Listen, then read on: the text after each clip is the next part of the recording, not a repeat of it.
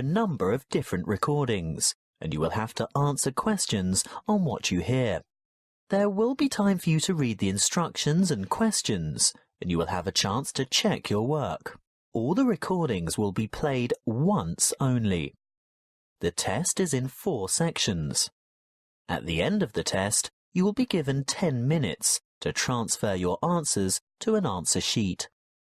Now turn to Section 1. Section 1.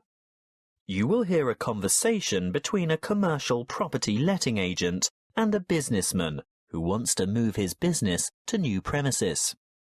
First, you have some time to look at questions 1 to 6.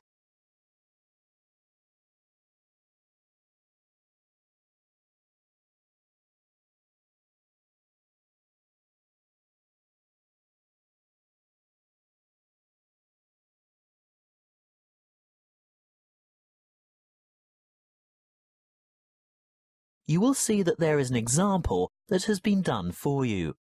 On this occasion, only the conversation relating to this will be played first. Good morning. Mr. Rich, isn't it? That's right. Raymond Rich of ICT Industries. ICT Industries. Just a moment while I put that on the form. Mr. Rich said that the name of his company was ICT Industries. So ICT Industries is written in the space. Now we shall begin. You should answer the questions as you listen, because you will not hear the recording a second time. Listen carefully and answer questions 1 to 6. Good morning. Mr. Rich, isn't it? That's right. Raymond Rich of ICT Industries. ICT Industries. Just a moment while I put that on the form. Now, you're looking for new office space, is that right? Yes. Our present lease is due to expire soon, and as the company is expanding anyway, we need to find somewhere to move to. Do you prefer the suburbs, the city, or a commercial zone on the outskirts? Well, currently we're in a very pleasant suburb, but as I said, we've outgrown that building as we've got to move anyway. I think the city centre is where we want to be, right in the heart of things. I see. Anywhere in particular? Yes, somewhere in the vicinity of the main transport centre, because I have a large staff, and car parking in the city is terribly expensive. I think it would be a good idea if we didn't use our cars at all. Exactly what size premises are you looking for? Good question. Something more than the 10,000 square metres we have at present should do it. Shall we say 12,000 square metres? That's probably about right. Yes, I think that would meet our needs. Just how many employees do you have to accommodate? 40 in all, but only 14 will have their own offices. The rest will be in open-plan shared offices. Oh, I forgot to ask. Do any of your employees have extra requirements? Will we need to consider people with disabilities? Yes. Actually, there is one in a wheelchair who'll need suitable access and another who can walk just a few paces. She uses a mobility scooter, so we'd need to make sure all facilities, especially toilet facilities, were suitable and accessible, and we'd also need to be either on the ground floor or to find a secure place by the lifts for Mrs. Jackson to park her scooter. I'll need to keep that in mind when I come up with the property for you to look at. Now, when are you thinking of moving? Well, our current lease expires in August, so we'd like to have the move completed by then, of course. Well, there is a very suitable property that I have in mind here in the city, but the owners want a lease signed by the end of this month, May. Ooh, too early, I'm afraid. I'd be ready to sign up by the end of June, though. Shall we say signed up by the 1st of July and moved by the end of that month? Definitely. Before you hear the rest of the conversation, you have some time to look at questions 7 to 10.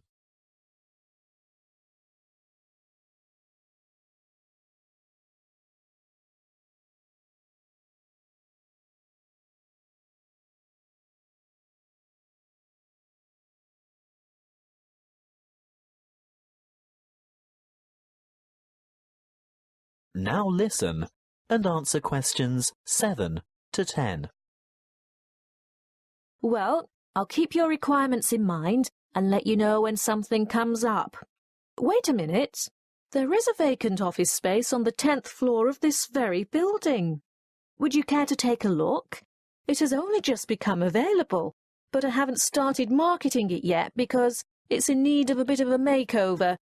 The floor area is about the right size. Good. Let's see it then. Well, what do you think? Elevator access is great, and the lobby area is roomy enough for that disability vehicle you were telling me about. Oh, I don't know. There are too many small offices.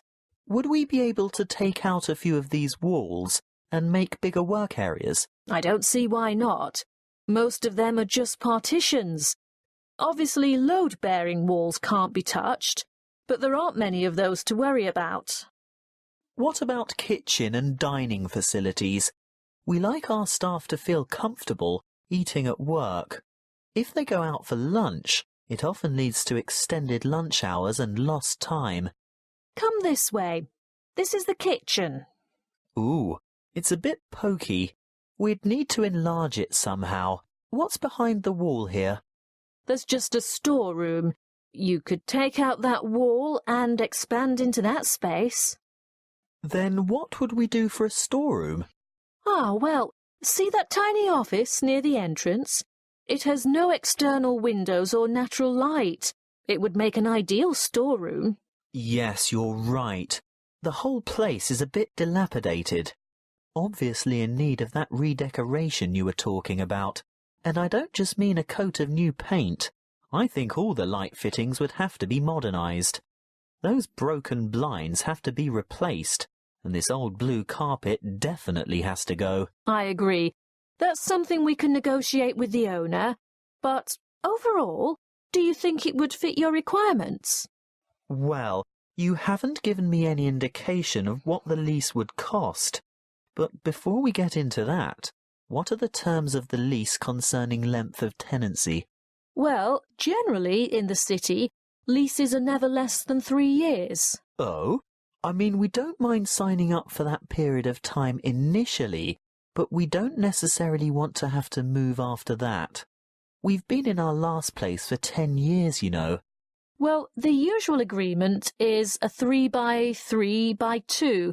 That's a contract for 3 years with entitlement to extension for 3 years, and then another 2 years after that. But let me speak to the owner first.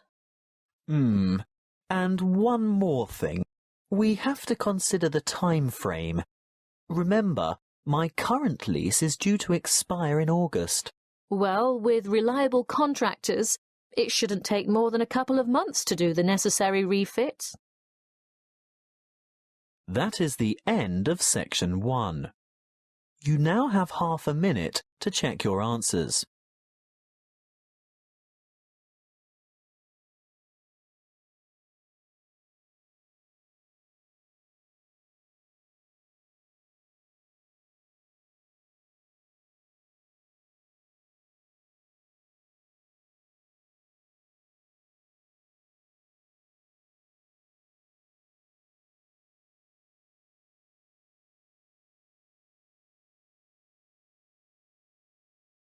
Now turn to section 2.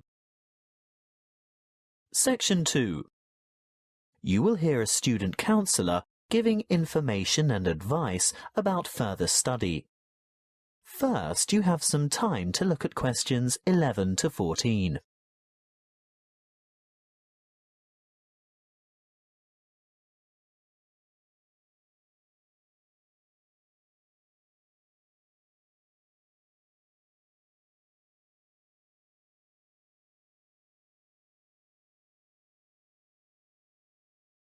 Listen carefully and answer questions 11 to 14. Are you thinking about further study? Well, listen to this before you make a decision. It will help you decide if going on to tertiary study is right for you, and it will help you make good decisions for the right reasons. It includes information about student life, what it will cost, and the different ways you can support yourself. What should you think about first? Well, obviously, you're thinking about tertiary study, and it's one of the biggest decisions you'll make in your life. What you decide now will affect the rest of your life. It's the last year of high school for most of you, and you're busy and under pressure. Perhaps you're thinking of going abroad, getting a job, or working for just a year or two to save some money before getting back to study.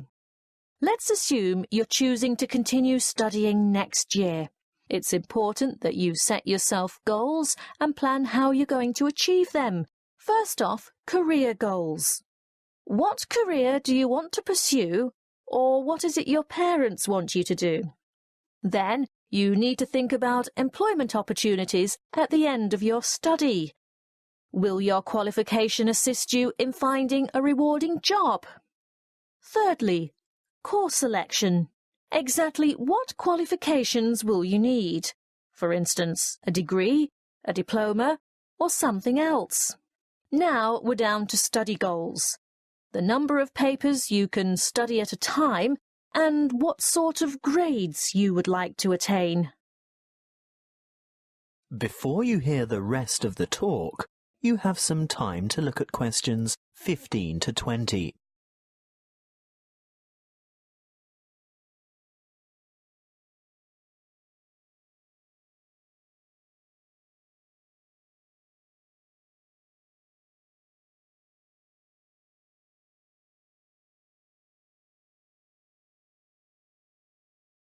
Now listen and answer questions 15 to 20.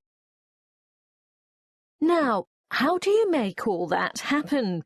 You might feel overwhelmed by all the choices, but there are people and agencies to help. Career Services is a great website with lots of useful information and a search tool for finding courses and providers throughout the country. Then, there are the tertiary education institutions themselves. Universities and institutes of technology, for example, have comprehensive information on their particular websites. You can find out most anything there. Many campuses have a student support association, and they can tell you a lot about what to expect. Don't be afraid to ask them anything. I'm sure they've heard it all before. It might also be worthwhile to make inquiries with potential employers to see if they will fund or partially fund your studies. If it is a trade you want to learn, the apprenticeship scheme will help you earn while you learn. That way you'll get valuable work experience while you're studying. If you're still at school, then search out your school careers advisor, who will have a variety of information and resources at hand and be able to give you the kind of guidance you need to make a fully informed decision. And, last but not least, don't forget your parents and other family members. They can be of enormous help too. Oh, one last thing that might help you make up your mind. Have you thought of applying for a scholarship? Some embassies, governments and individual institutions offer scholarships to cover part or all of your study fees. Most large libraries have a comprehensive catalogue of the various grants, awards and scholarships that are available. That is the end of section 2. You now have half a minute to check your answers.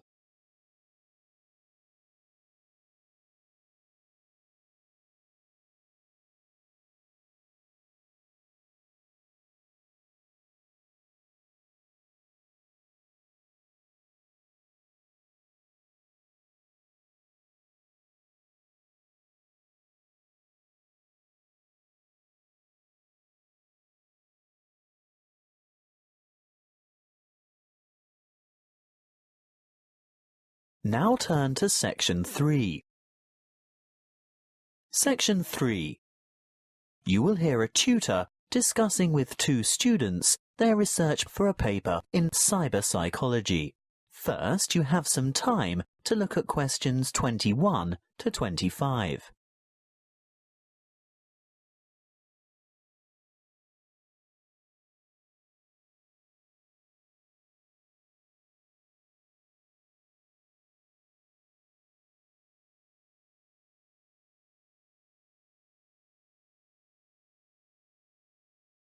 Listen carefully and answer questions 21 to 25. I'm very glad that the two of you decided to pursue this research topic, because I think it's not only much needed, but very relevant to current psychological concerns about addiction issues in young people. Now, tell me, how did you get started? Well, we looked around for problems, or perceived problems, that teenagers in general might encounter, and we came up with the extremely popular phenomenon of instant messaging and the implications that the use or overuse of this form of communication might have on teen behaviour. Then we decided to propose the concept of instant messaging addiction. By the way, do you mind if we abbreviate instant messaging to IM in our discussion? Not at all. But before you go any further, tell me something about the demographic sample you used. We chose a random sample of teenagers from Jiangsu province from a typical public middle school, and we considered this group to be representative of teenagers in urban China. We distributed 500 questionnaires and 450 were returned. The sample group was on average aged between 14 and 15 years. Internet addiction, or technological addiction as it's sometimes called, has been studied many times before. What makes your research different? Well, previous studies indicated that internet-dependent students are more likely to use instant communication, but we wanted to find out primarily whether IM addiction actually exists, and if so, what the symptoms are. And secondly, we wanted to know whether IM addiction could be predicted. And finally, whether addiction has an impact on academic performance. Quite a large undertaking. Tell me, what IM addiction symptoms did you identify among teenagers in your sample? We found 4 major IM addiction symptoms, which are remarkably similar to the symptoms used to identify substance dependence. Although here we're looking at behavioural addiction, not chemical addiction to drugs, alcohol, or the like. Yes, loss of control was a significant factor, which indicates that the addicts had less self-discipline. They could not control the amount of time they spent on IM, and they neglected their schoolwork, as well as other responsibilities or obligations they might have. Obviously, academic performance was adversely affected. I'm sure that led to a lot of complaints from family and friends, not to mention teachers. Yes, of course. Another symptom was, as you would expect, a preoccupation with instant messaging. They would be annoyed if interrupted when chatting online, and they would feel depressed and moody when they couldn't. They would go without sleep in order to chat, and when they were offline, they would still be thinking about online chatting. As in chemical addiction, they would need to increase the dose, in this case of IM time, to get satisfaction. That sounds quite disturbing. Yes, and as you can imagine, loss of relationships due to overuse of IM was a factor too. The addicted teenagers would rather chat online than go out with friends or spend time with family, which jeopardized their social relationships and their educational opportunities. The fourth addictive factor we found was escape. These teenagers used IM as a form of escape from reality and responsibilities. Before you hear the rest of the conversation, you have some time to look at questions 26 to 30.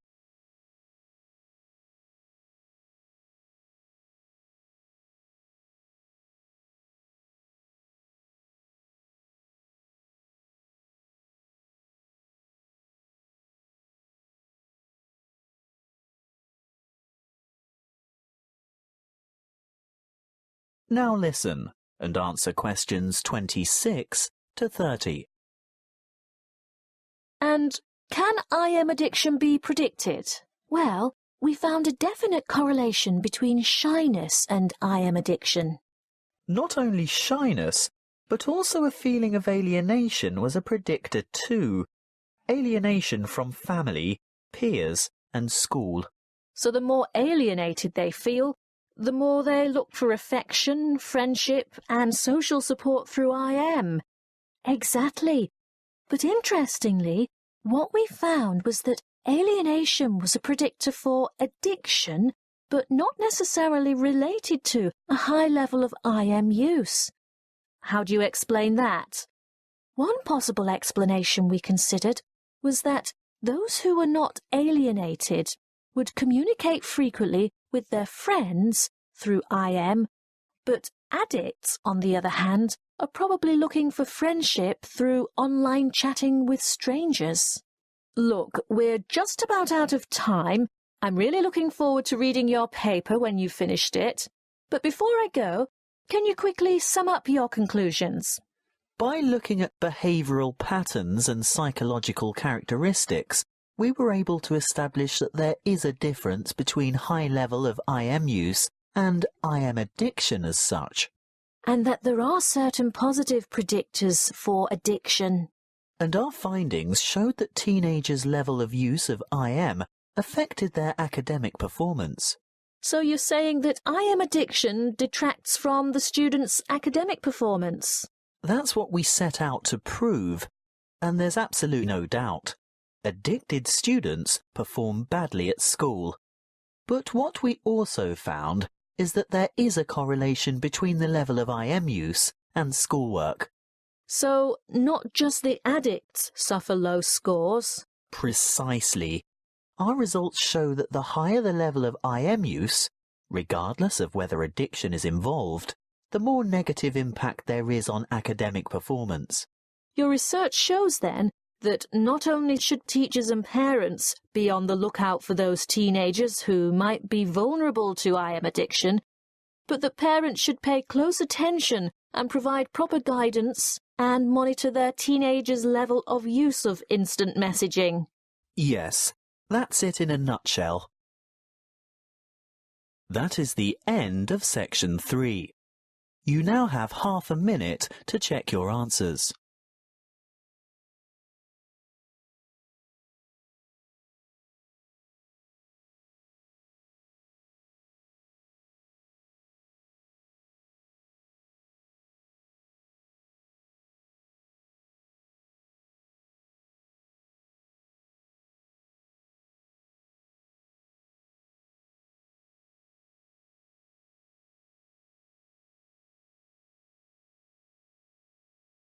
Now turn to section 4. Section 4. You will hear a geography lecture on the British Isles. First, you have some time to look at questions 31 to 40.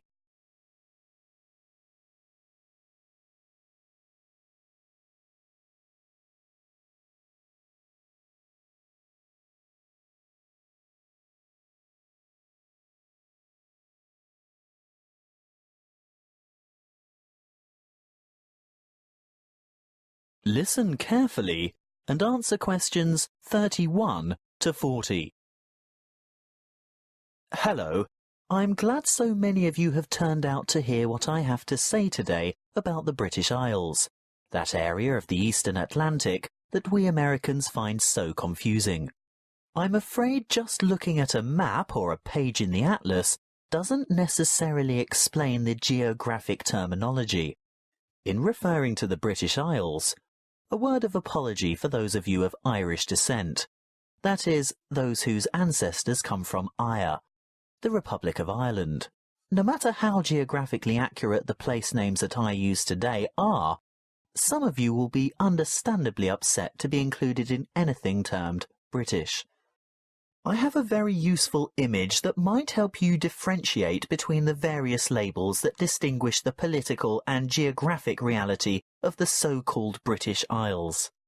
I want to show you a Venn diagram, which is a mathematical illustration that shows all the possible relationships between sets. Look at this Venn diagram, and you will see that the geographical terminology is in bold, while the political terms are in italics. See here the British Isles in bold and the British Islands in italics. The aim of this lecture is to explain the meanings of and relationships among those terms. In geographical terms, you will see that the British Isles is an archipelago made up of the two large islands of Great Britain and Ireland, and including many smaller surrounding islands.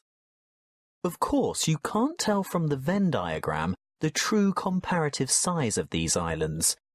You'll need to look at the map for that. But take my word for it, Great Britain is the largest island of the archipelago, followed by Ireland, which in reality, geographically, lies to the west, and there are over 1,000 smaller islands.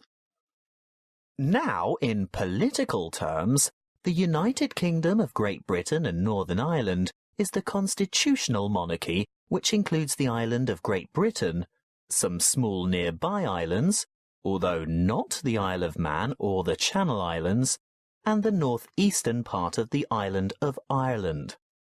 Thank goodness it is generally shortened to United Kingdom, the UK, Great Britain, or even the abbreviation GB, although none of these are strictly correct, of course. You'd better listen carefully to the next part, because, I warn you, it is very confusing. Ireland is the name of the sovereign republic occupying the larger part of the island of Ireland.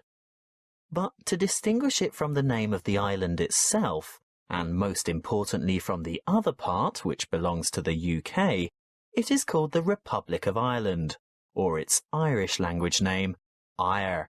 That's E-I-R-E, even though Eire directly translates as Ireland.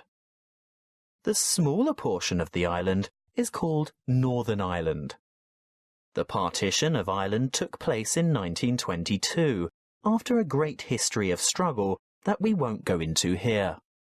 England, Scotland, Wales and Northern Ireland are legal jurisdictions within the United Kingdom, but Great Britain refers to the countries of England, Wales and Scotland as a unit.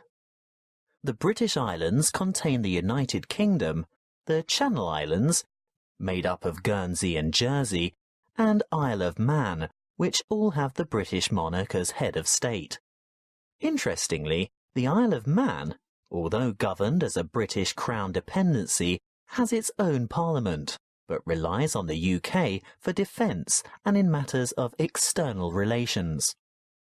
So, you've learnt something about the geographical and political confusion surrounding the British Isles. Let's have a look at some of the linguistic confusion. To start with, there isn't an adjective to refer to the United Kingdom, so the term British is generally used. However, that means that citizens of Northern Ireland, although not on the island of Great Britain, still describe themselves as British, because this reflects their political and cultural identity. Irish, in a political sense, refers to the Republic only, so sometimes citizens of Northern Ireland would call themselves Northern Irish as a point of difference. Of course, the Northern in Northern Irish is not completely accurate either, as the most northerly peninsula on the island is in the county of Donegal, which is part of the Republic. Okay, we might get in a muddle over the term Irish, but at least Scottish, Welsh and English should be self-explanatory. Apparently not to us Americans, and Europeans are often guilty of this too. We often use the term English incorrectly to mean British. I'd have to be the first to admit to calling my Welsh colleague English, which really gets his heckles up. He is Welsh, he tells me, and he may also be British, but he is definitely not English.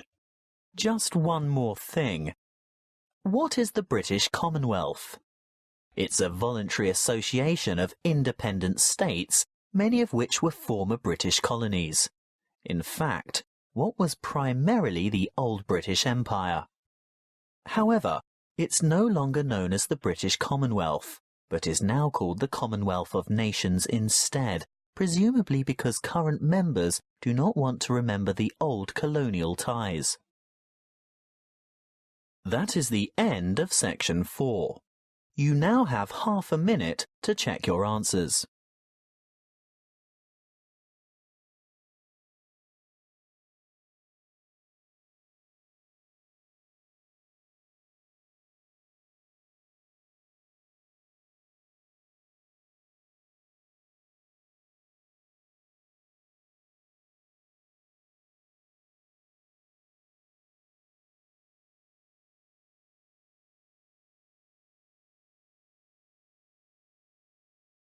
That is the end of the listening test. You now have 10 minutes to transfer your answers to the listening answer sheet.